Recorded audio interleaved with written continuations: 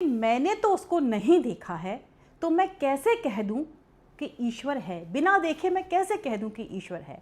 अब जिन लोगों ने देख लिया है ईश्वर को, वो प्रमाणित कर दें कि ऐसा ईश्वर होता है, और वो अपने प्रमाण के आधार पर प्रमाणित कर देंगे, बड़े से बड़े नास्तिक को भी आस्तिक में परिवर्तित कर देंगे, तो मैं मान जाऊंगी कि ईश्वर ऐसा होता है।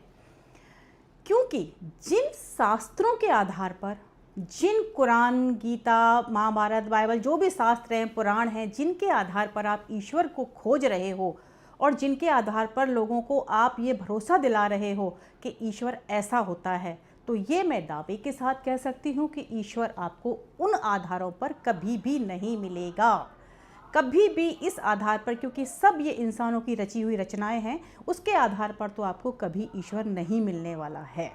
आप कहोगे आप ऐसे कैसे कह सकती हो, आपने कभी कुछ किया है? पहली बात तो मैंने बहुत कुछ किया है, मैंने करोड़ों जाप किए हैं, मैंने बहुत सेवा की है और बहुत हर तरीके का जो भी है ना सब कर्मकांड किया है। उसके बाद मैंने अपनी स्वयं की खोज की है, तो उसके आधार पर मैं आज आपको ये बात बता रही हूँ कि ये इनके आधार पर कोई ईश्वर आज तक न कोई खोज पाया, न कोई देख पाया, न किसी ने देखा। और सबसे बड़ी बात आपको बताऊं, ये जितने भी धर्म गुरु हैं जो आपको पक्की पक्की भगवत प्राप्ति की गारंटी दे रहे हैं, पक्की आपको गोली दे रहे हैं कि ऐसे भगवान मिल जाएगा, आपसे भगवत प्राप्ति हो जाएगी, सारे धर्म गुरुओं को ये अंदर से पता है कि ईश्वर इस तरीके से कभी नहीं मिल सकता। फिर भी वो क्यों कह रहे हैं? क्योंकि उनको अब इसमें मज़ा आने लगा है, अब उनकी जय जयकार हो रही है, अब उनकी धन वर्षा हो रही है, लोग उनके आगे पीछे घूम रहे हैं, अब वो उसका मज़ा ले रहे हैं। उनको भी अंदर से ये पता है कि ऐसे आज तक किसी ने ईश्वर को नहीं देखा, आज तक कोई नहीं देख पाया। बड़े से बड़ा सन्यासी योगी भी ये कभी कहकर नहीं गया कि मैंने भगवान को देख लिया है या मुझको भगवत प्राप्ति हो गई है। अब जिसको खुद को भगवत प्राप्ति नहीं हुई है, वो आपको कैसे गोली दे सकता है भगवत प्राप्ति की? तो इन आधार पर तो आप किसी न मंदिर या मस्जिद या इन पुराण कथा किसी के आधार पर आप भगवान को नहीं प्राप्त कर सकते। मेरे लिए क्या है फिर भगवान, मैं आपको बताऊं। आज आप साकार और निराकार दोनों स्वरूप का आराम से दर्शन कर सकते हो। देखिए, मेरे लिए ईश्वर वो है जिसके बिना आप 2 मिनट भी नहीं रह सकते हैं, वो ईश्वर है। क्या चीज़ है ऐसी अनमोल चीज़ जिसके बिना आप 2 मिनट नहीं रह सकते? वो है आपकी श्वास, जिसके बिना आप 2 मिनट नहीं रह सकते। मेरे लिए वही ईश्वर है। इसलिए मैं सबको कहती हूँ श्वास पे ध्यान लगाओ, आपको बहुत अच्छे रिजल्ट्स मिलेंगे। दूसरा मेरे लिए है जल, जिसके बिना 2 दिन नहीं रह सकते हम लोग। 2 दिन से ज़्यादा आप जल के बिना नहीं रह सकते, वो साक्षात साकार स्वरूप है ईश्वर का। वायु, जिसके बिना नहीं रहा जा सकता। पेड़ पौधे, जीवन की कल्पना नहीं की जा सकती पेड़ पौधों के बिना, आपको साक्षात दिख रहे हैं। सूरज, जिसके बिना कुछ होगा पृथ्वी पर, अन्न धन अंधेरा ही अंधेरा हो जाएगा।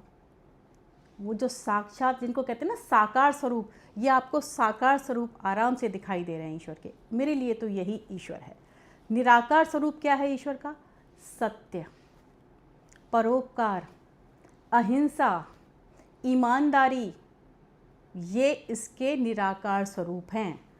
अब आपका चक्कर क्या हो रहा है आपके साथ कि जो साक्षात दिख रहा है उसकी तो आप अवहेलना कर रहे हो, नदियों को आप गंदा कर रहे हो, फालतू के पाखंड से पूजा पाठ की चीज़ें डाल डाल के, नाले बहा बहा के सब उसको गंदा कर दिया, वायु को पूरा प्रदूषित कर दिया, पेड़ पौधों को, जंगलों को आपने काट दिया। तो साक्षात जो ईश्वर हैं उनको तो आप अवहेलना, और जो कुछ नहीं है वो पत्थर बना के आप उसमें उसको पूज रहे हो, आपको कभी भगवान नहीं मिलेगा। दूसरी बात, आपका भगवान, अल्लाह का भगवान, दोनों का अलग अलग हो गया।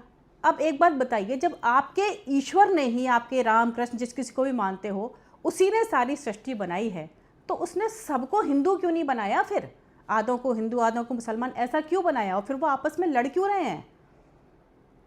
अल्लाह ने जो है खाली मुसलमानों को क्यों बनाया? सबको ही मुसलमान बनाते, फिर आधे हिंदू आधे मुसलमान ऐसे क्यों बनाया? तो आपको नहीं लगता ये सब भगवान कुछ नहीं है, ये इंसानों की बनाई हुई, अपने अपने पंथ बना लिए, अपने अपने पंथ के नियम गढ़ दिए, और उसके हिसाब से किसी में कट्टरता आ गई, किसी में पाखंडवाद आ गया, किसी में मर्दानता आ गई, बस ये आके उसका स्वरूप बिगड़ता चला गया। तो भाई मेरी तो आज आपसे यही वो है कि जो ईश्वर के साकार स्वरूप जो आपको दिखाई दे रहे हैं उनको मानो, निराकार स्वरूप गुणों को मानो, और सबसे बड़ा अपनी श्वास पर ध्यान लगाओ। आपका